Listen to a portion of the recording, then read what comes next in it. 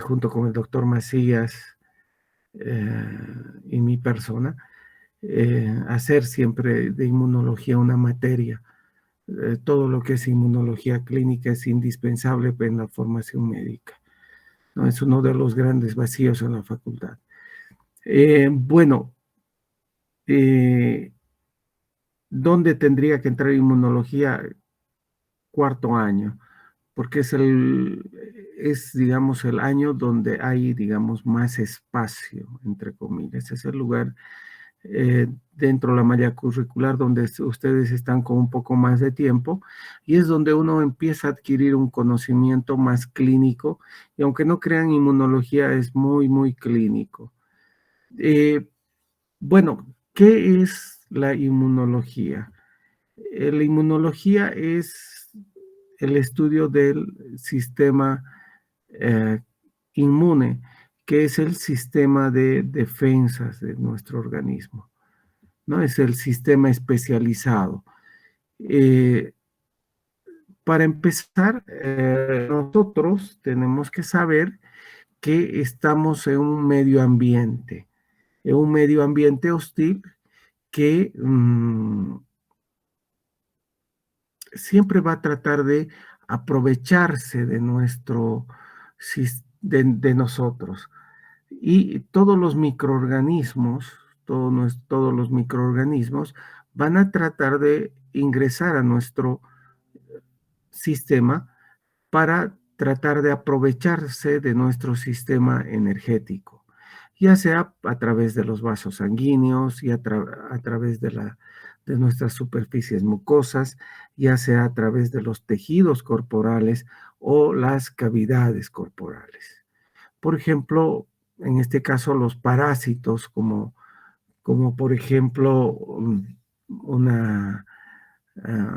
plasmodium va a tratar va a introducirse a través de los vasos sanguíneos para reproducirse y aprovecharse de nuestro sistema energético. A través de las mucosas también hay una serie de bacterias que van a introducirse a través del árbol respiratorio, a través del sistema digestivo, etcétera, etcétera. A través de los tejidos de la piel, por ejemplo, a través también del intestino, también van a tratar de colonizar nuestro intestino. ¿Y cuál es el objetivo final de los microorganismos? No es matarnos, simplemente parasitarnos, entre comillas, es utilizar nuestro sistema energético sin destruirnos, sin matarnos. El microorganismo más exitoso no es el que nos mata y nos destruye. El microorganismo más exitoso es aquel que no nos mata, pero sigue viviendo y sobreviviendo a lo largo del tiempo, aprovechándose de nuestro sistema energético y va pasando de un individuo a otro individuo. Por ejemplo, el estafilococo, no sé, un estafilococo súper agresivo que va y nos mata, muere con nosotros y ese estafilococo no es un microorganismo muy exitoso porque nos mata y muere. Pero sí, por ejemplo, los parásitos que parasitan a 1 millón, 2 millones, 50 millones de individuos, es como por ejemplo la yardia, la ameba, son microorganismos exitosos porque están parasitando a muchísima gente y cada vez se reproducen más y más y más. Esos son los microorganismos más exitosos, ¿verdad?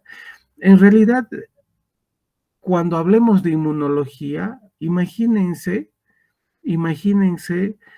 eh, como si fuéramos nosotros los individuos diferentes países. Hagan de cuenta que cada individuo es como un país y cada persona o cada país tiene un sistema de defensas terrestre, aéreo, tiene un sistema de defensa, nosotros somos mediterráneos, pero tiene un sistema de defensa que es de tipo marino, etcétera, etcétera. Y, por ejemplo, entre los países, ¿cuál es el problema final? La lucha de energía. La lucha de energía. ¿Por qué es la pelea en el Golfo Pérsico? Es la lucha de energía. ¿Por qué va a haber una pelea acá en nuestro país de repente en algunos años o de repente ya se está dando?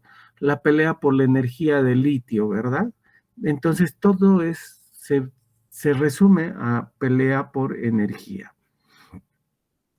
La primera línea de defensa en nuestro organismo son son las barreras de nuestro organismo. ¿Ya? Si se dan cuenta, fíjense, cuando entra algún microorganismo por nuestro sistema respiratorio, la primera barrera va a ser la mucosa nasal, los cilios, luego a nivel de eh, la mucosa respiratoria. Si es que ingresa por la boca va a ser la saliva. Si entra por los ojos va a ser las lágrimas. Personas, por ejemplo, con síndrome de Sjögren, que no tienen lágrimas, ¿qué va a pasar? Los microorganismos se van a pegar en, que se llama, en la córnea y van a producir daño, ¿no? En la esclera, en la conjuntiva ocular. Entonces, la primera barrera de nuestro organismo la primera línea de defensa son las barreras, que son medios físicos o químicos que van a eliminar una gran cantidad de microorganismos. Por ejemplo, el pH ácido acá en el estómago va a destruir a una gran cantidad de microorganismos. ¿Qué pasa si nosotros vamos a utilizar, no sé, bloqueantes de la bomba de protones, como el omeprazol? Vamos a disminuir el pH gástrico y nos va a hacer más susceptibles a infecciones intestinales. Luego, el cambio del pH brusco, del pH ácido del estómago al pH alcalino del intestino, sobre todo la secreción de bilis, va a hacer de que los microorganismos disminuyan en cantidad y no sean absorbidos en cantidades grandes, ¿verdad? Entonces, si se dan cuenta, acá tenemos una barrera química y obviamente hay barreras físicas. Y obviamente en nuestro intestino hay incluso ahora grandes cantidades de microorganismos que están produciendo un microambiente hostil a los microorganismos patógenos, y ahora se está hablando de lo que es la microbiota, que teóricamente es la madre, entre comillas, del cordero, es la causa de una gran cantidad de enfermedades, ¿no? Entonces, causa de autoinmunidad la alteración en la microbiota. Entonces, causa de, no sé, eh, ah, de, de una serie de enfermedades es la alteración en la microbiota a nivel intestinal y la permeación de la barrera de la mucosa intestinal. Entonces, hay una serie de enfermedades que se van a producir por la alteración de las barreras de nuestro organismo. ¿Cuál es nuestra primera barrera y la más extensa? La piel, ¿no? El pH de la piel, el sudor, etcétera, etcétera, ¿verdad? Y prueba de ello, por ejemplo, un paciente quemado con una extensión grande de piel quemada va a ser muy susceptible a las infecciones, ¿verdad?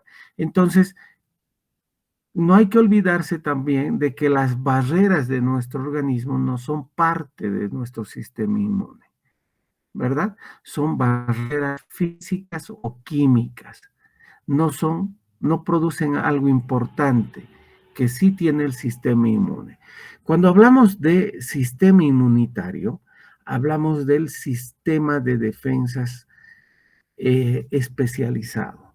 Y el sistema de inmune va a tener básicamente dos funciones: reconocer nuestros propios tejidos y nuestras propias estructuras. Lo primero que tiene que hacer entonces nuestro sistema inmune es reconocer nuestras propias estructuras, nuestros propios tejidos.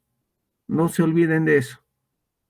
Reconoce nuestras propias estructuras, nuestros propios tejidos y va a producir una respuesta inmunitaria, que es la de autotolerancia.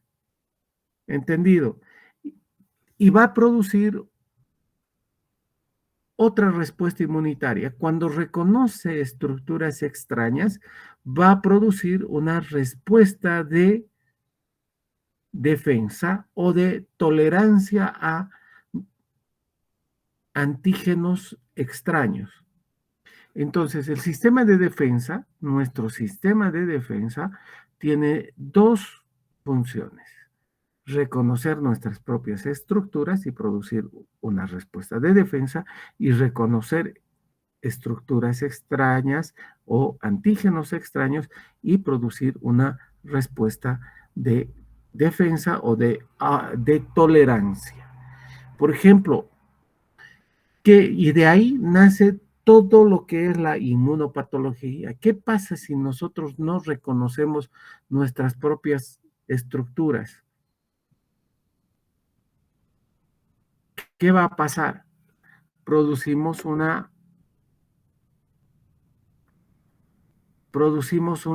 respuesta de autoinmunidad, una enfermedad que se llama autoinmunidad.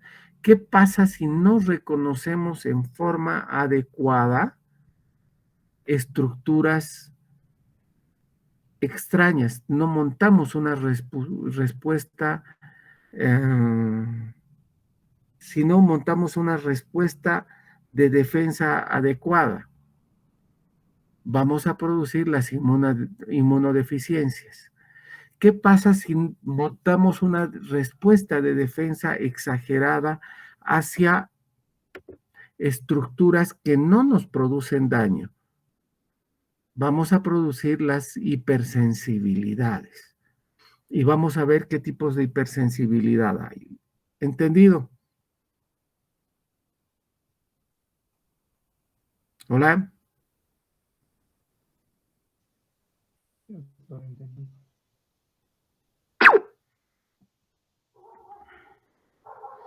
Ahora,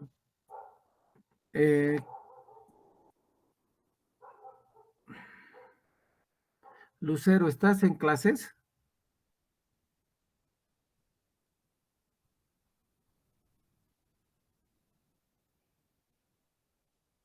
Bueno, Claudia, ¿estás en clases?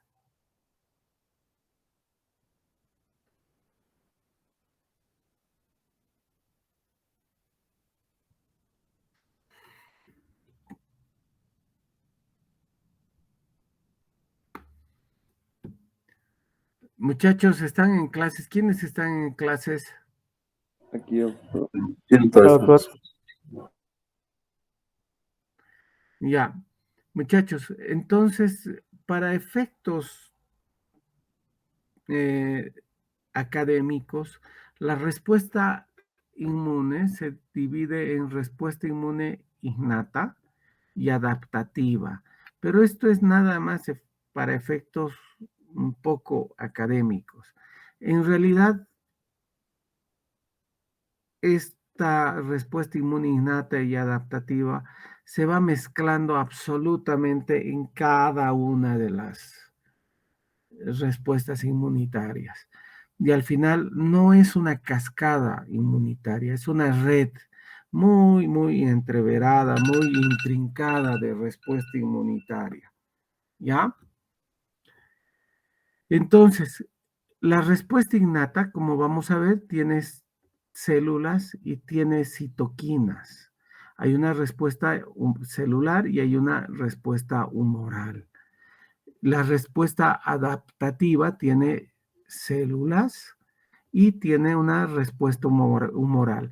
La respuesta innata es una respuesta filogenéticamente más antigua, mientras la respuesta adaptativa es filogenéticamente más reciente. La respuesta inmune adaptativa, en esta respuesta inmune adaptativa se basa eh, algo importante que es el principio de la vacunación. Gracias a la respuesta adaptativa se produce una respuesta más rápida y más potente. Por ejemplo, si a uno le vacunan, la segunda respuesta va a ser más rápida y va a ser más potente. No siempre más efectiva, porque la efectividad va a depender de otras causas. Por ejemplo, cuando a uno le vacunan COVID, ahora que está de moda el COVID, a uno le vacunan COVID o contra el COVID, es nada más para despertar la respuesta adaptativa. Por lo tanto, la segunda respuesta, que va a ser ya la adaptativa contra COVID, va a ser más rápida y más potente. Pero la efectividad va a depender de repente de la cantidad de microorganismos con los que uno se va a contagiar la segunda vez. Por ejemplo, si es una gran cantidad de microorganismos o si es un microorganismo muy virulento, entonces igual uno puede morir. O de repente si uno justo lamentablemente está enfermo en el momento de contagiarse, igual no va a tener una respuesta adecuada, a pesar de que nuestra respuesta de repente sea más rápida, un poco más potente, pero uno no está en condiciones. Por lo tanto, la efectividad depende de otras cosas. ¿Ya?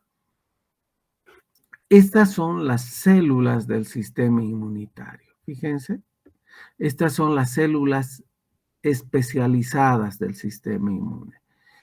El linfocito es la célula del sistema inmune adaptativo, mientras que el macrófago, ¿ya?, mononuclear, y los polimorfonucleares son las células del sistema inmune innato.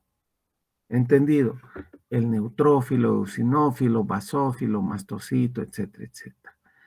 Y fíjense, las plaquetas, que son fragmentos celulares, no son células, son fragmentos celulares de los megacariocitos, también intervienen en la respuesta inmunitaria.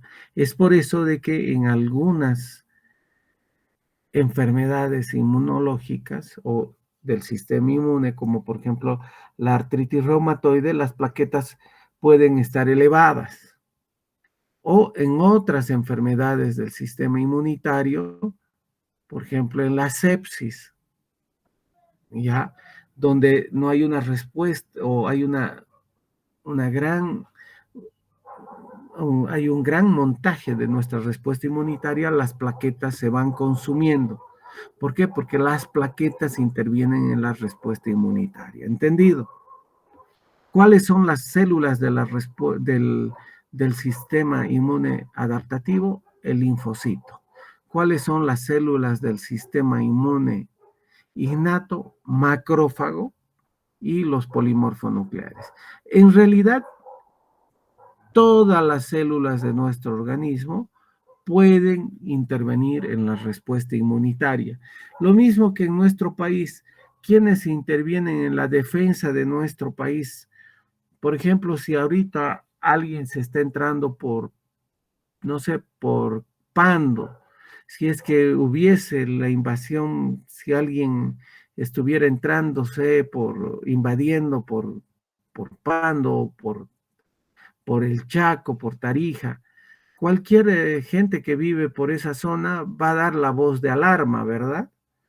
Entonces, cualquier célula de nuestro organismo también va a producir nuestra voz de alarma.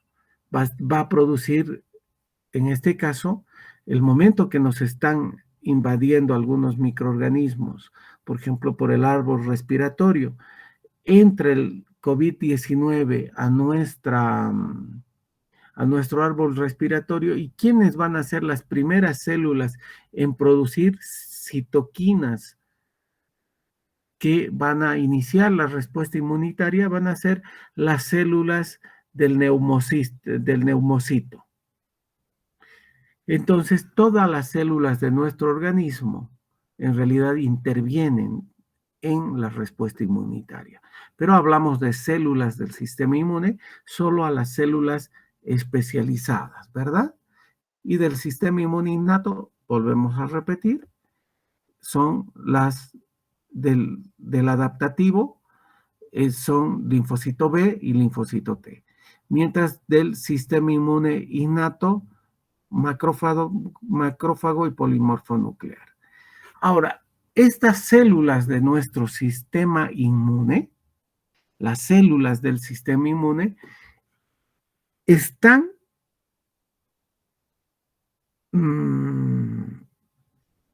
se van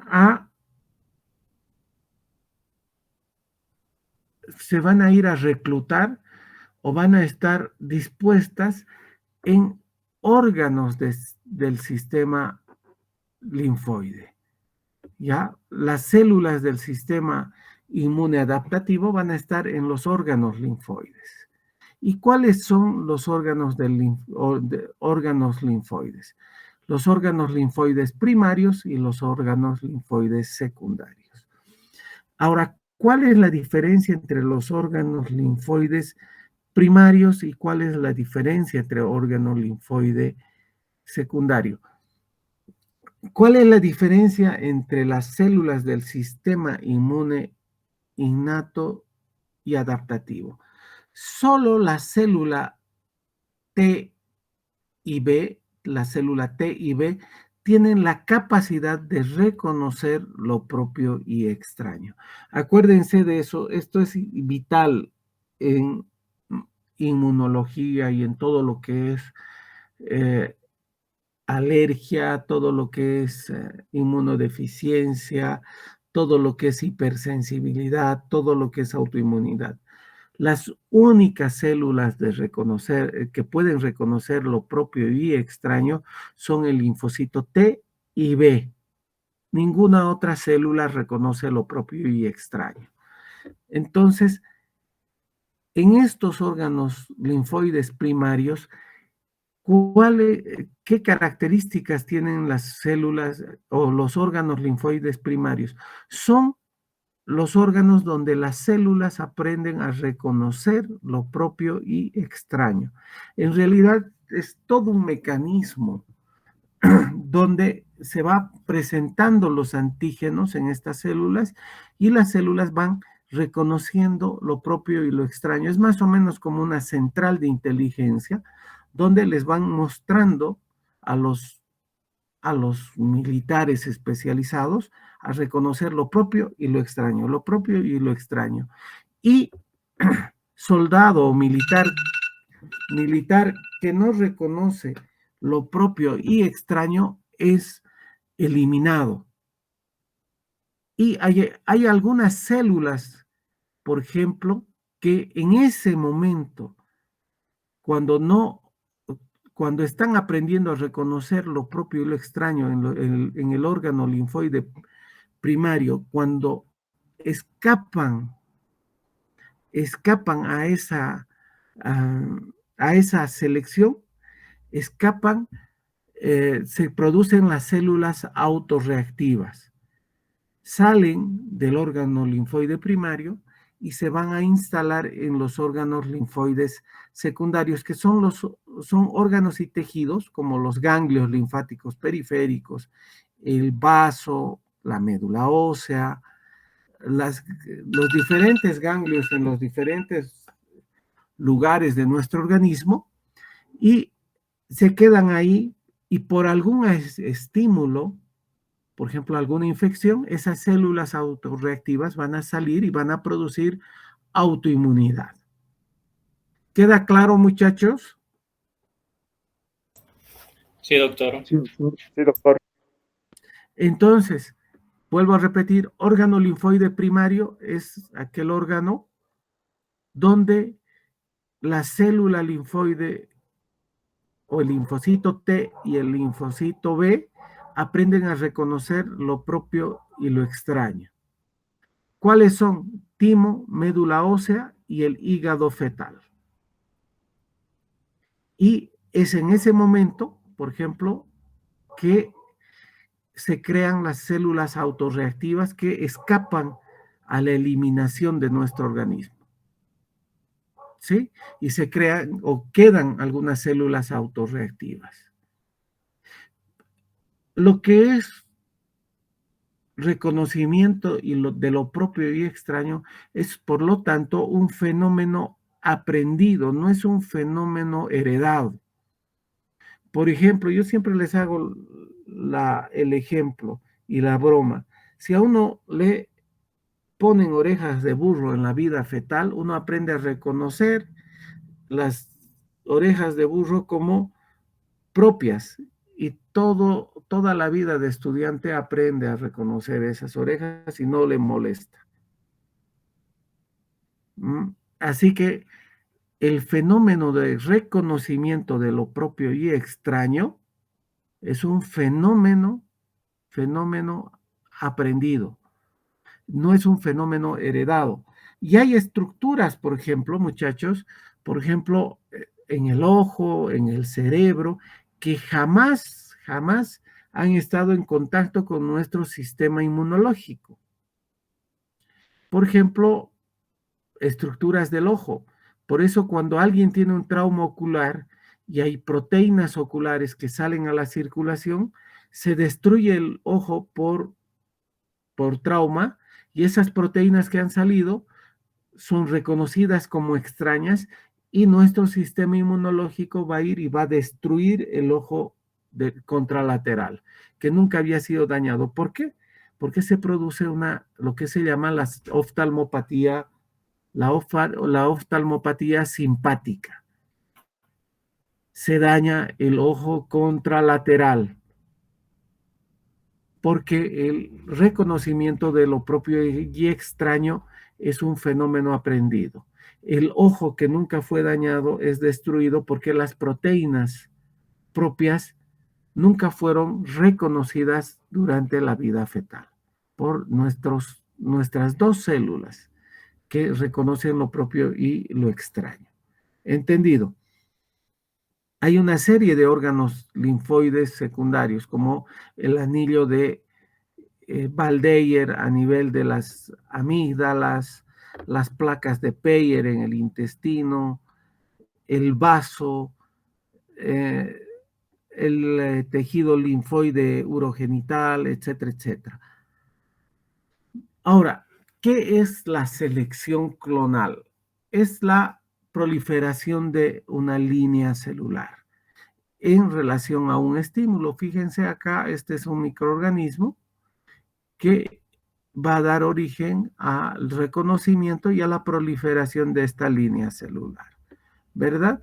Eso sucede en forma normal y natural frente a un estímulo, pero existe la selección o la proliferación monoclonal, que ya es patológica, y la proliferación monoclonal se da por dos situaciones. Uno, activación de oncogenes y supresión de genes de apoptosis. Es por eso que se da por eso se dan las neoplasias, especialmente las neoplasias hemato-oncológicas, que eso ya han llevado bien en hemato-oncología, ¿verdad? Queda claro. Y la selección clonal, en la selección clonal va a haber una línea celular que va a dar lugar a una respuesta inmunitaria inmediata y una formación de células memoria. ¿Verdad? Ahora bien, vamos a hablar de la respuesta inmune humoral. Este es el complemento.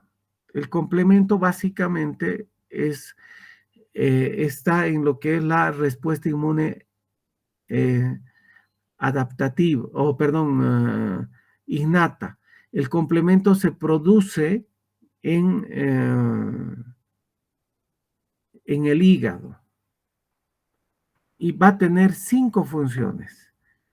Lisis directa de bacterias, como ven acá, se va a producir quimiotaxis o va a producir quimiotaxis, va a producir opsonización de microorganismos y algo importante, lisis de complejos inmunes.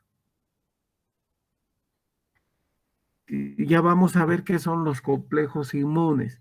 Al producir lisis de complejos inmunes, cuando haya enfermedades por complejos inmunes, como por ejemplo en el lupus eritematoso sistémico, se va a consumir complemento. Por lo tanto, todas las enfermedades por complejos inmunes tienen la tendencia a producir consumo de complemento y disminución de complemento. ¿Entendido?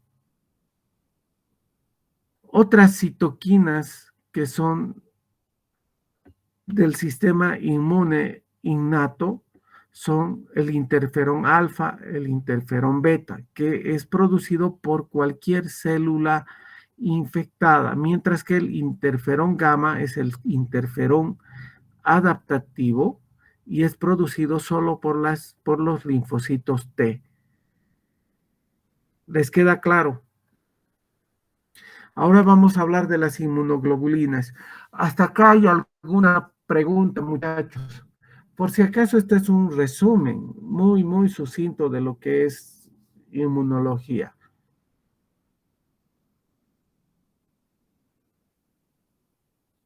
Muchachos, preguntas hasta acá.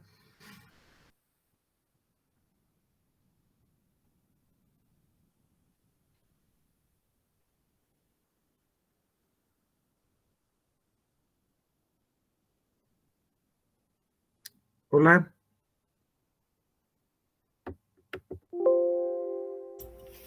Ninguna, doctor. ¿no hay preguntas?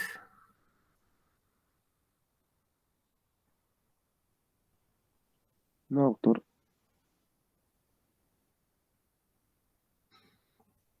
Ya, mañana vamos a hablar de lo que es inmunoglobulinas. También